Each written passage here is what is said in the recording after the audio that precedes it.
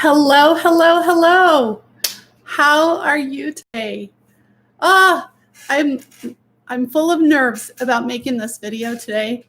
I went back and forth about whether I was actually going to do it, and I really haven't talked a lot about my post-Mormon journey on YouTube. But recently, the Church of Jesus Christ of Latter-day Saints, also known as the Mormons, which they don't like to be called anymore, they updated some of their policies. And one of their policies really upset me. It's funny how a church I don't belong to anymore can still upset me.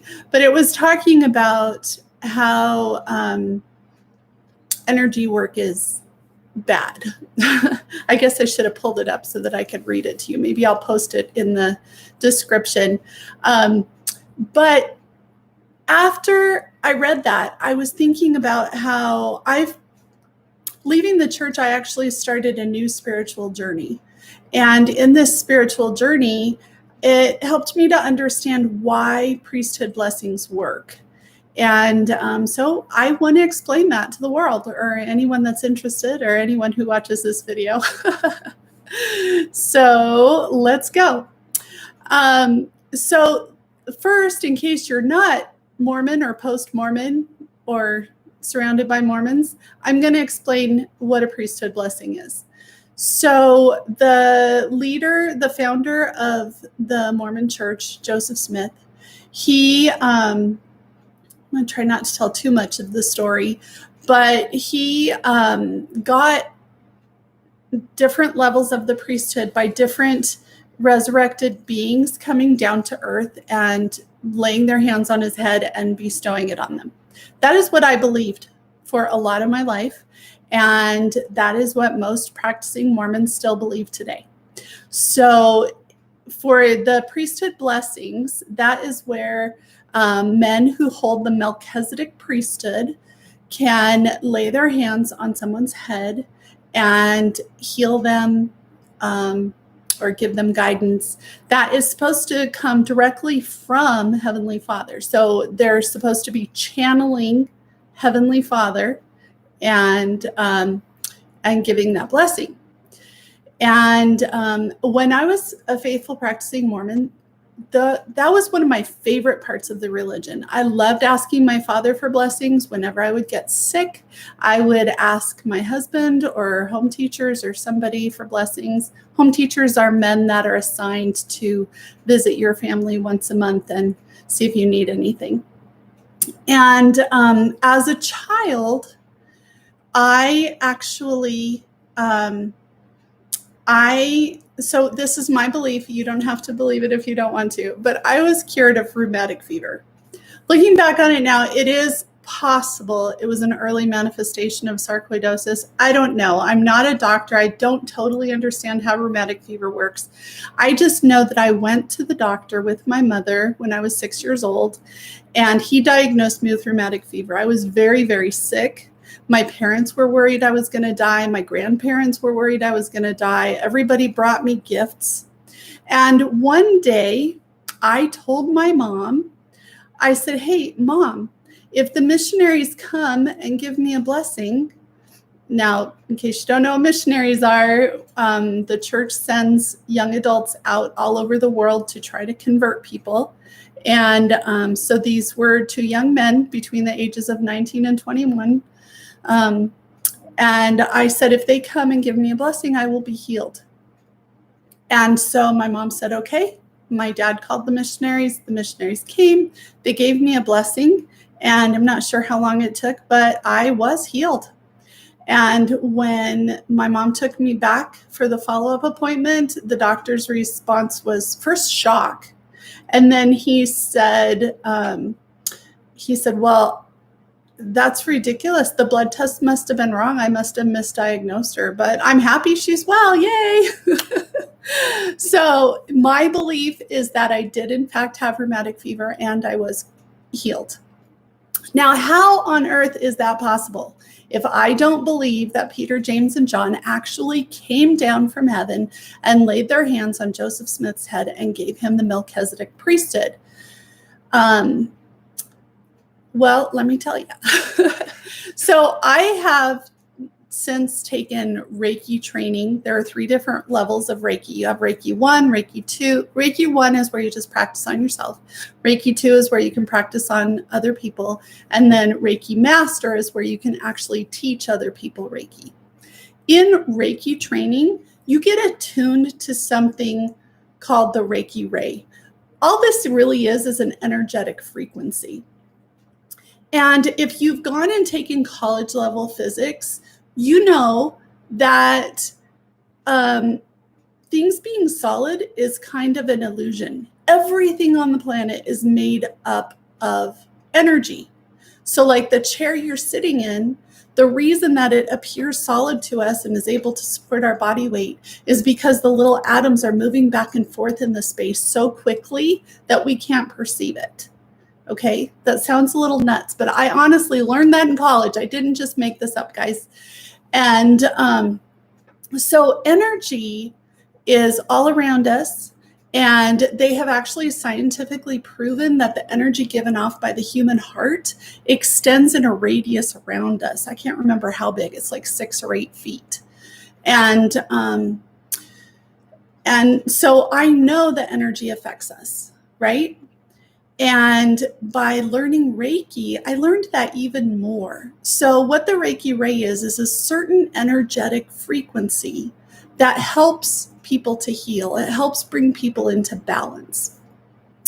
And there's a man named Dr. Usui. You can Google it. It's Usui. He is the one that figured this out in Japan. I can't remember how long ago, in the 1800s maybe. And so it's been passed down a lot like the priesthood in the Mormon church, that someone will teach someone and then they'll attune them to that energetic frequency. So I have experienced that. And I've also learned about chakras. So chakras are very important in Reiki and a lot of different kinds of energy healing. Chakras are energy centers in our bodies. We have 7 main ones that go throughout our torso.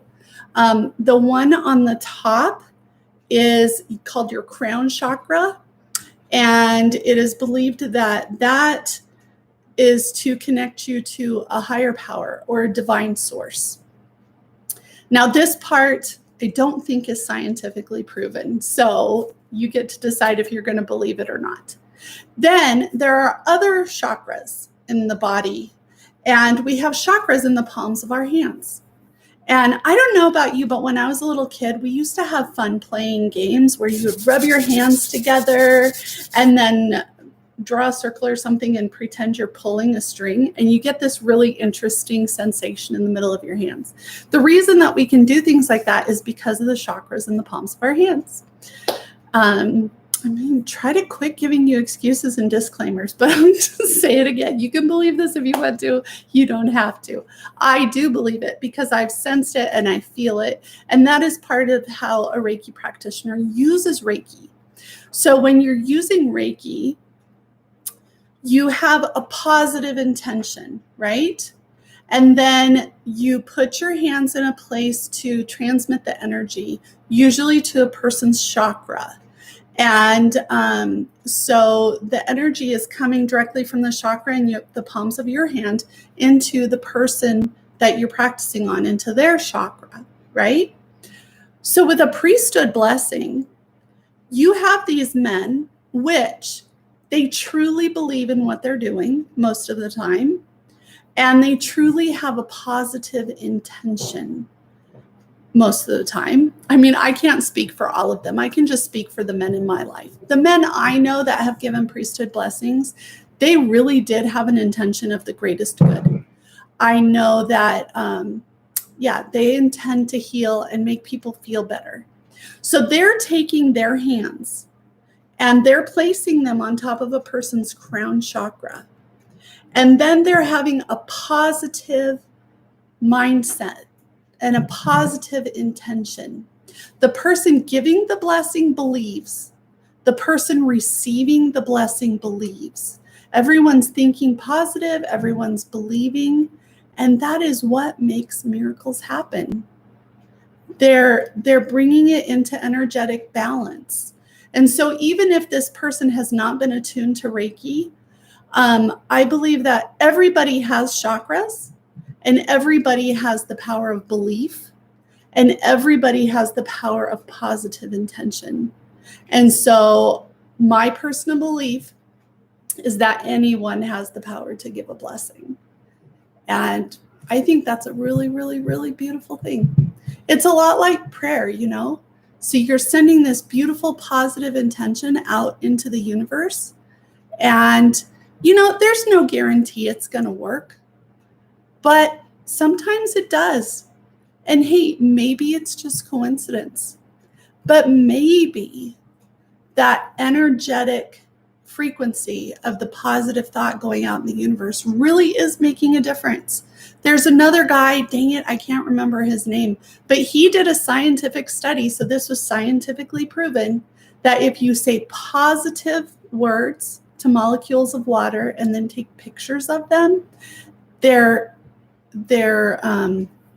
makeup changes. Oh, I can't think of the word I want to use, but the way that they look, their structure, their molecular structure actually changes. Sorry if I'm using the wrong scientific terms, but it's really awesome. So you can Google that too. And I'll try to find the link and place it below. But yeah, so I just wanted to share that with everyone, that I believe that everyone is capable of miracles. I believe that everyone is capable of giving and receiving blessings. And I believe that we have the power to make this world a really beautiful, wonderful place.